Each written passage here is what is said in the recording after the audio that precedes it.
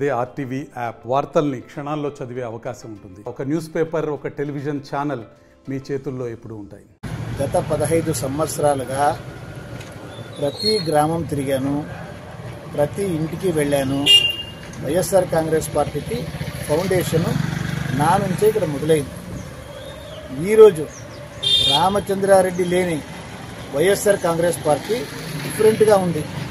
కాబట్టి ఒకే మాటలో చెప్పాలంటే మెట్టు గోవిందరెడ్డి అనే వ్యక్తి తల కింద చేసి కాళ్ళు పైన చేసి తపస్సు చేసినా కూడా రాయదుర్గంలో ఎమ్మెల్యేగా గెలిచే అవకాశమే లేదు. ఆయన ఏదో ఛాలెంజ్లు చేసుకుంటున్నాడు, అవన్నీ పనికిరావు.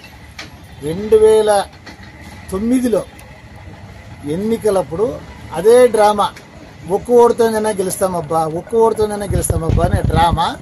ఒక ఓటు అని దరిదాపు 15,000 ఓడిపోయినాడు. ఇప్పుడు కూడా ఒక ఓటు అంటున్నాడు. ఈసారి 15 కాదు, దరిదాపు 30 నుంచి 50,000 తేడాతో అతను ఓడిపోవడం అనేది ఖచ్చితంగా జరుగుతుంది. ఇది రాసి పెట్టింది అతనికి, దీన్ని గుర్తుపెట్టుకోవాలి.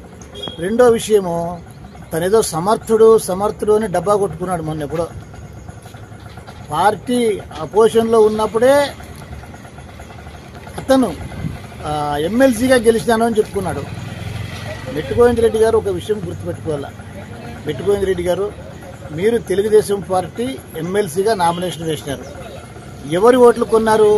అప్పుడు కాంగ్రెస్లో ఉన్నటువంటి తాడిపత్రికి చెందినటువంటి ఎంపీటీసీలు, అదేవిధంగా జెడ్పీటీసీలు, తాడిపత్రి మున్సిపల్ కౌన్సిలర్ని కొన్నారు.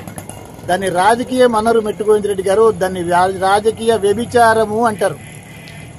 నువ్వు రాజకీయ వ్యభిచారం చేసి నువ్వు సమర్థుడు ఘనుడు అని చెప్పుకుంటే ఇది చాలా నీచమైంది. దీన్ని కూడా గుర్తుపెట్టుకోవాలి మెట్టు గోవిందరెడ్డి గారు. లేకపోతే ప్రజల్లో చాలా చులకనైపోతాం.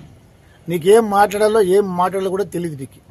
మొన్న ఏం మాట్లాడినావు? జనవరి 26న నీవు 2004లో ఓటుకు 30 రూపాయలు ఇచ్చి నువ్వు గెలిచినావు. నువ్వు ఓపెన్గా చెప్పినావు కదా అందరి ఎదురుగా. ఎమ్మెల్యే మాట్లాడే మాటలు అవి. దాన్ని బట్టి తెలుస్తుంది నీవు రాజకీయంగా పరిపక్వత చెందలేదు. సమర్థుడు అంటే గెలవడంలో కాదు సమర్థుడు మెట్టు గోవిందరెడ్డి గారు. అసమర్థులు కూడా గెలవచ్చు. గెలిచిన వాళ్ళందరూ సమర్థులు కాదు, ఓడిన వాళ్ళందరూ అసమర్థులు అంతకన్నా కూడా కాదు. గెలిచి ప్రజలకు సమర్థవంతంగా పనిచేసిన వ్యక్తినే సమర్థుడు అంటారు. కానీ నేను రాజకీయ వ్యభిచారం చేసి ఎమ్మెల్సీగా గెలిచిపోయినా, అప్పుడు నీవు చెప్పినట్ల జనవరి 26న మున్సిపల్ ఆఫీస్ దగ్గర చెప్పినట్ల ఓటుకు 30 రూపాయలు ఇచ్చి గెలిచానని చెప్పుకున్నట్ల అక్కడ కాదు నీ సమర్థత తెలిసేది. రాయదుర్గం ప్రజలు నిన్ను సమర్థుడు అనుకోవాలి అని అంటే రాయదుర్గం ప్రజలకి నీవు ఏమి చేసినావో నీవు చెప్పాలి. ఏపీఐఏసీ చైర్మన్ చాలా ఒక ముఖ్యమైన బాధ్యత, ఒక మంచి పదవి అది. ఆ పదవిలో ఉండి కూడా ఈ రాయదుర్గానికి ఏమి చేసినావో నీవు చెప్పుకోగలగాల.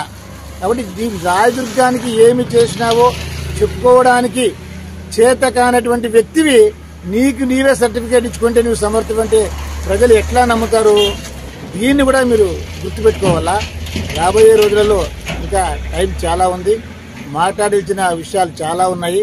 అప్పుడు మాట్లాడతాను. అంతేగాని నీ కాళ్ళకు నీవు మొక్కుని నీకు 100 ఏళ్ల ఆయుష్ను నీకు నీవు ఆశీర్వాదం చేసుకుంటే అది ప్రజల్లో చులకనైపోతావు.